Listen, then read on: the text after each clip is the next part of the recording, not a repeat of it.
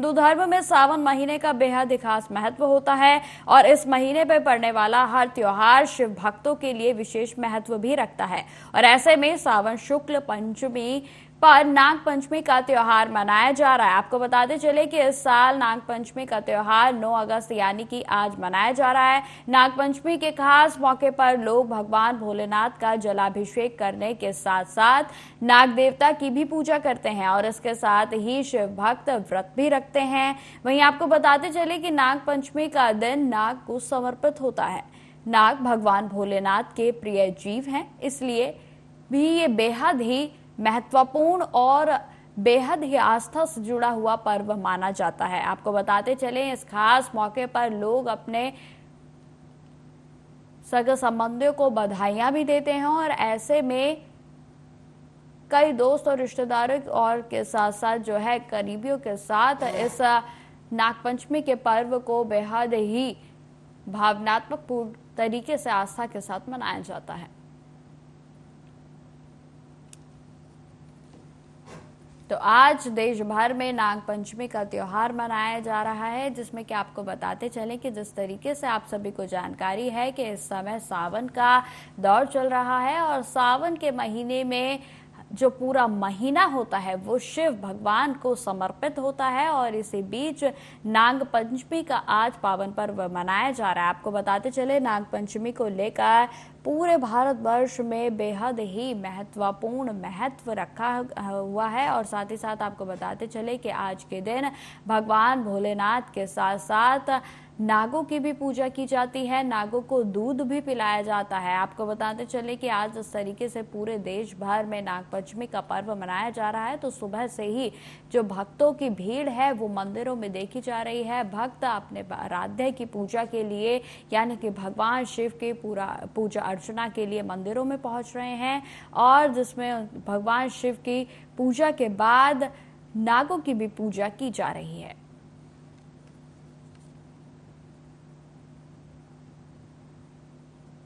आपको बता दें कि आज नाग पंचमी का जिस तरीके से पर्व मनाया जा रहा है तो बेहद ही दुर्लभ संयोग जो है आज बताया जा रहा है और वहीं कई मायनों में आज का दिन बेहद खास भी बताया जा रहा है। आपको बताते चले कि आज करियर में नए लाभ मिल सकते हैं, नए अवसर प्राप्त हो सकते हैं यदि आज भगवान शिव के साथ साथ नाग देवता की पूजा की जाती है। तो इसी खबर पर अधिक जानकारी के लिए हमारे साथ इस विषय पर चर्चा के लिए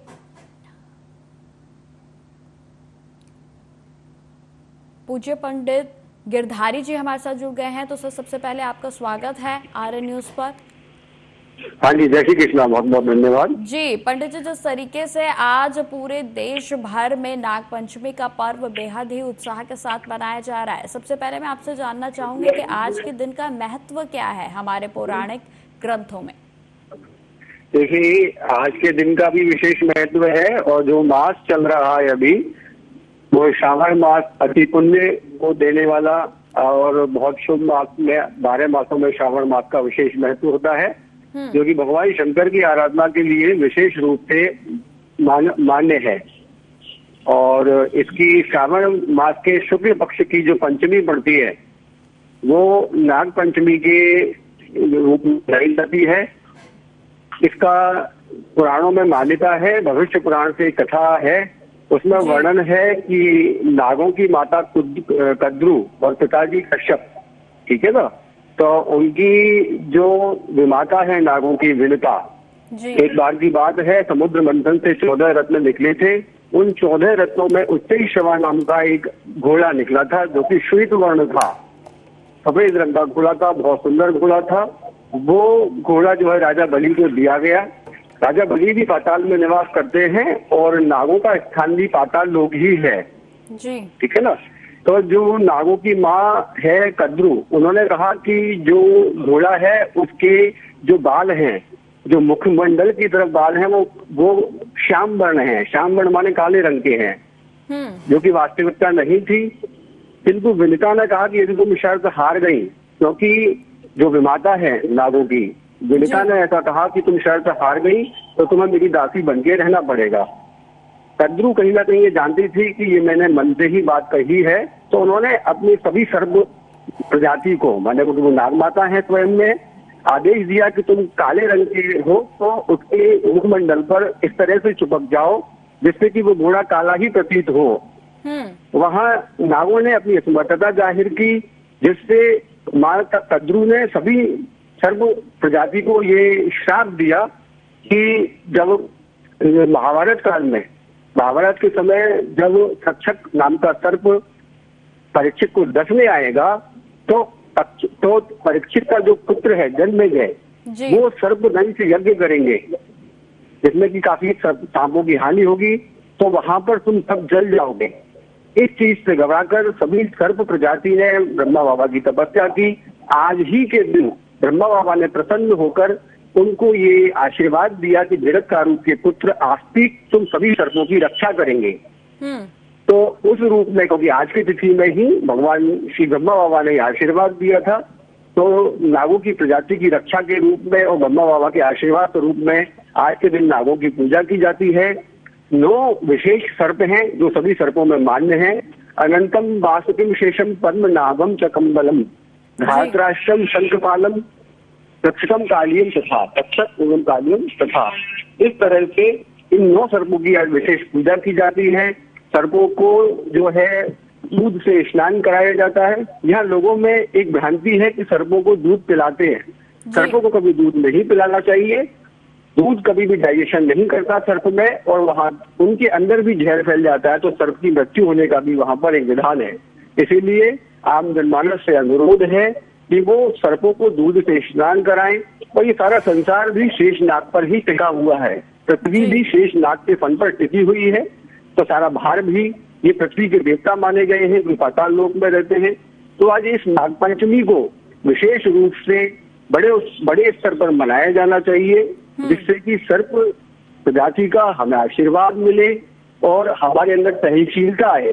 सर्पों के अंदर देखिए काफी शांत है, जब तक उन्हें कोई छेड़े नहीं तब तक वो किसी को डिस्टर्ब नहीं करते।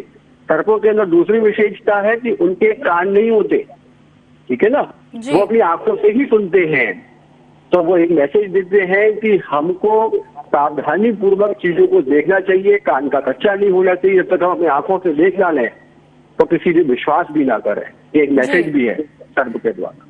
बिल्कुल पंडित जी, बिल्कुल पंडित जी, अगर बात की जाए कि आज किस तरीके से पूजा अर्चना की जाए, किस विधि को अपनाया जाए जिससे कि जो फल की प्राप्ति है वो दुगनी हो जाए, तो इसको लेकर क्या कुछ जानकारी है? देखिए, षोडशोपचार विधि से पूजा का विधान है, जिसमें पंच पल्लव, नैवेद्य माने प्रसाद, तो उसमें हम जो है सर्प के लिए कुछ विशेष प्रसाद की व्यवस्था रखें, ठीक है ना, और चंदन है, अक्षत है, धूप है, ये सभी अर्पित करें। कलावा है, कलावा अर्पित करें।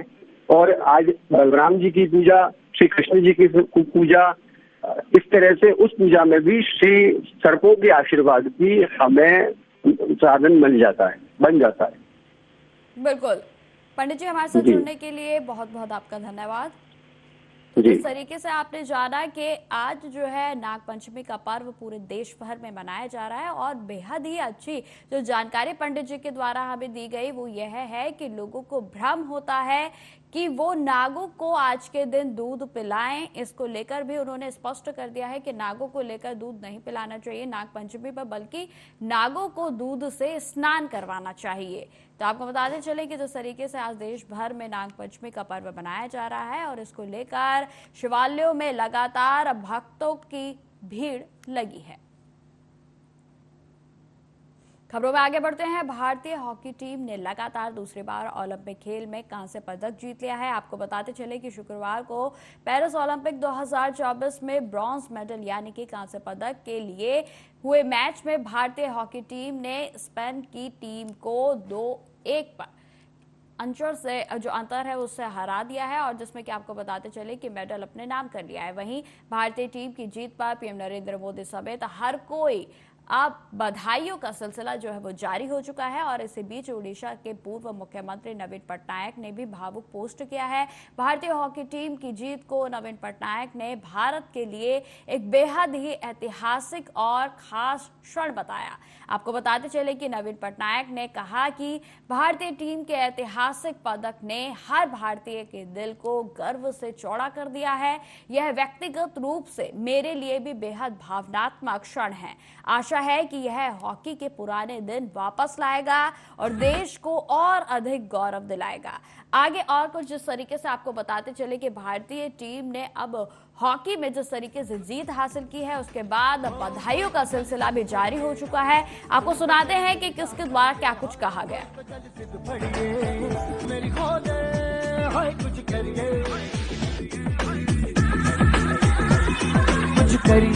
कुछ करिए बस। सर नमस्कार। नमस्कार सर।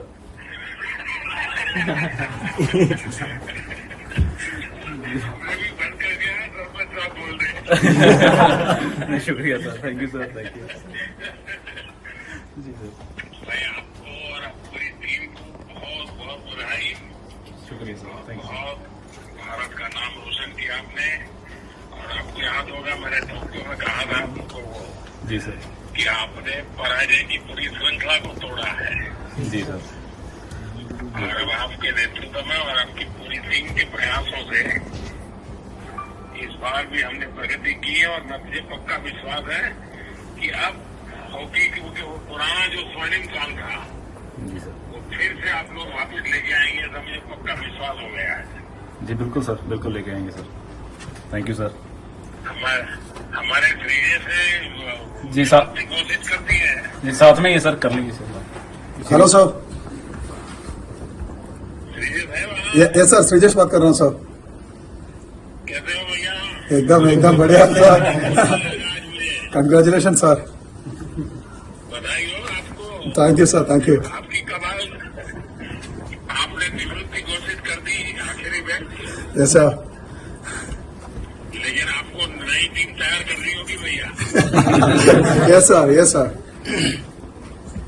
देखिए मैं एक बात तो आज जरूर कहना चाहूंगा, 10 खिलाड़ियों के साथ ब्रिटेन की लड़ाई आपकी, मुझे लगता है हिंदुस्तान का हॉकी को समझने वाला हर बच्चा इसको हमेशा याद रखेगा।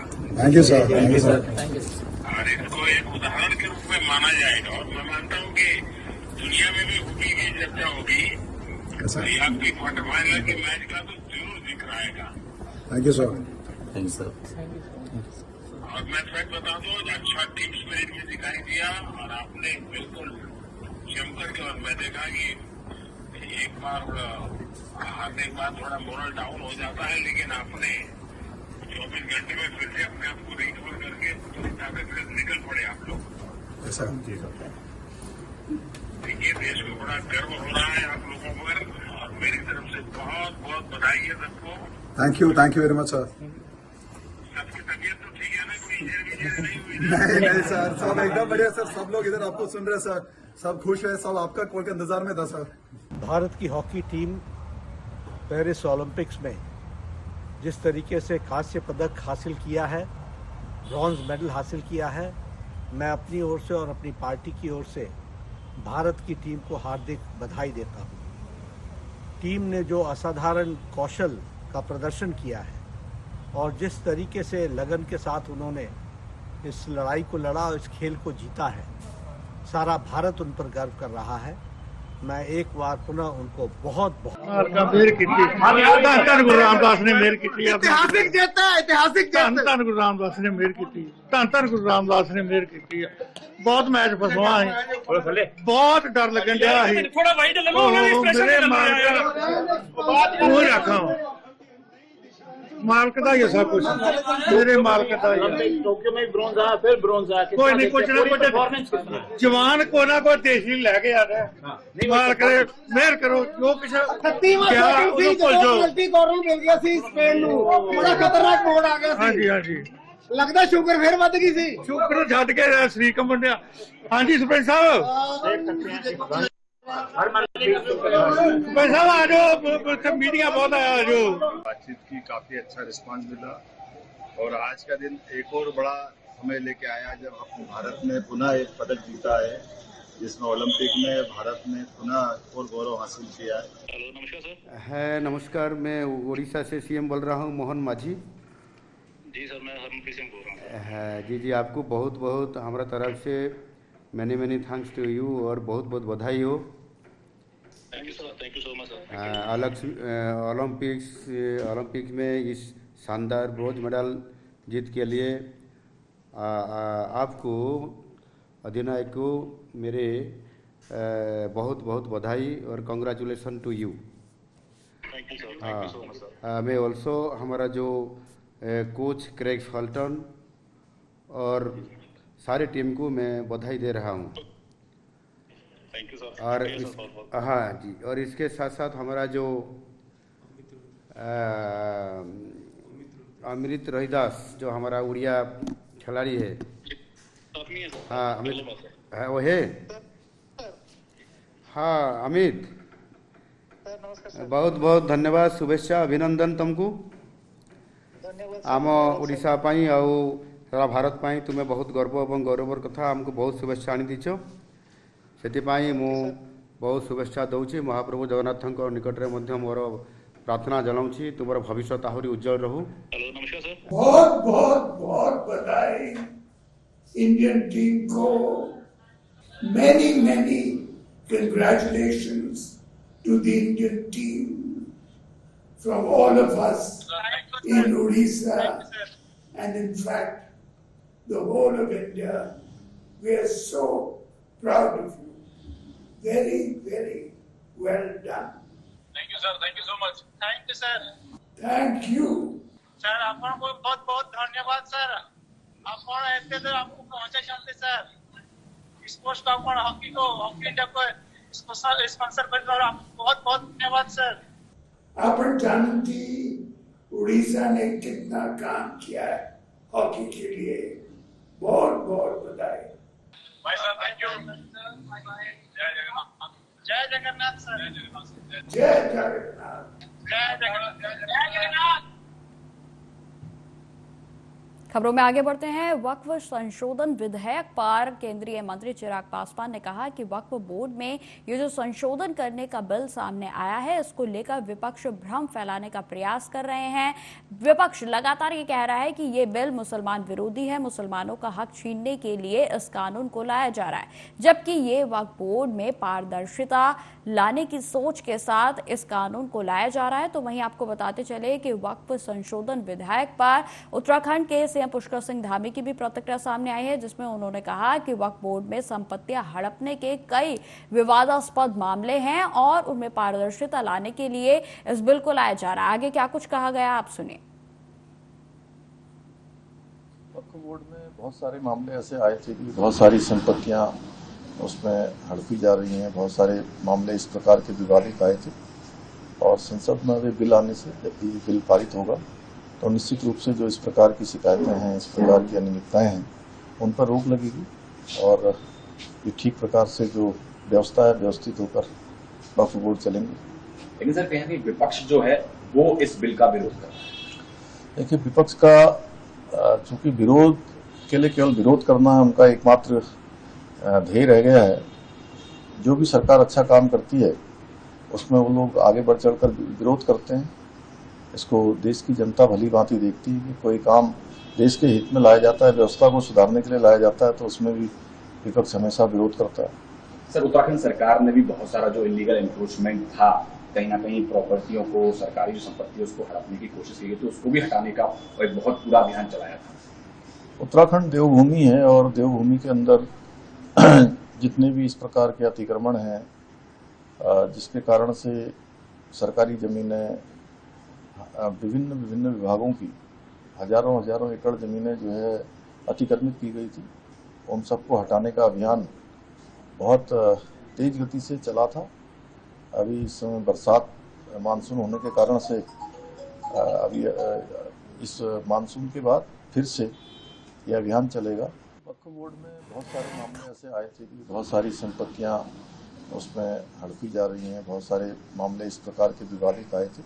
लोकसभा के चुनाव में आरक्षण खत्म हो जाएगा, संविधान खत्म हो जाएगा, इस तमाम तरीके की भ्रमित बातें करनी शुरू की, तो वहीं वक्फ बोर्ड में ये जो अमेंडेशन, ये जो उसको अमेंड करने का जो ये बिल आया है, उसको लेकर पुनः इस बात का भ्रम फैलाने का प्रयास किया गया कि ये मुसलमान विरोधी है, मुसलमानों के हक छीनने के लिए इस कानून को लाया जा रहा है। जबकि अगर आप इसको पढ़ेंगे तो ये वक्फ बोर्ड में पारदर्शिता लाने की सोच के साथ इस कानून को लाया जा रहा है। इसमें कई ऐसी बातें हैं जिसका सुझाव जब विपक्ष सत्ता में था उन्हीं के द्वारा दिया गया था, पर उस वक्त क्योंकि ये लोग इसको लागू नहीं कर पाए थे और ये मामला लंबे समय से पेंडिंग था, और कई ऐसे मुस्लिम संगठन भी हैं जो इसकी समय समय पर पैरवी करते रहे हैं, उन्हीं के हक अधिकारों को और मजबूत करने के लिए, ताकि समाज के गरीब मुसलमानों को भी उनका हक अधिकार मिले, इस सोच के साथ ये अमेंडमेंट लाया जा रहा था। पर क्योंकि पुनः इसको भ्रमित करने का प्रयास किया गया था और कहीं किसी के दिमाग में किसी तरीके की कोई शंका ना रहे, इसलिए लोक जनशक्ति पार्टी रामविलास ने भी सरकार के समक्ष, हम लोगों ने ये सुझाव रखा था कि इसको किसी भी कमेटी के समक्ष भेज दिया जाए। अब भले वो स्टैंडिंग कमेटी हो या ज्वाइंट पार्लियामेंट्री कमेटी हो, उसके समक्ष भेज दिया जाए, ताकि जितने स्टेक होल्डर्स हैं, जो भी इसके साथ जुड़े हुए हैं, वो खुलकर वहां पर चर्चा कर सकें और ये जो भ्रम फैलाया जा रहा है कि मुसलमान विरोधी है, उस आशंका को दूर किया जा सके। मैं आज धन्यवाद देता हूं प्रधानमंत्री जी का और हमारी केंद्र की सरकार का कि इसको, जहां सरकार ने सदन के पटल पर मजबूती से बिल को इंट्रोड्यूस करते हुए अपनी बातों को, सरकार की बातों को प्रमुखता से रखा, तो वहीं विपक्ष के मन में इसको लेकर कोई शंका ना रहे, जेपीसी को भी इसको रिकमेंड करने की बात की गई है। आने वाले दिनों में मुझे लगता है जल्द ही स्पीकर जेपीसी का गठन करेंगे और वहां पर खुलकर इसको लेकर चर्चा होगी, बट इसमें महिलाओं का रिप्रेजेंटेशन हो और इस संस्था में पूरी तरीके से पारदर्शिता हो, इस सोच के साथ सरकार इस विधेयक को लेकर आई है। पर अब क्योंकि ये जेपीसी में जा चुका है, वहां पे तमाम स्टेक होल्डर्स अपनी बातें रखेंगे और उसके बाद इसको आगे देखा जाएगा। लोकसभा के चुनाव में तो फिलहाल इस बुलेटिन में इतना ही। देश दुनिया की तमाम खबरों की जानकारी के लिए बने रहे हमारे साथ। नमस्कार।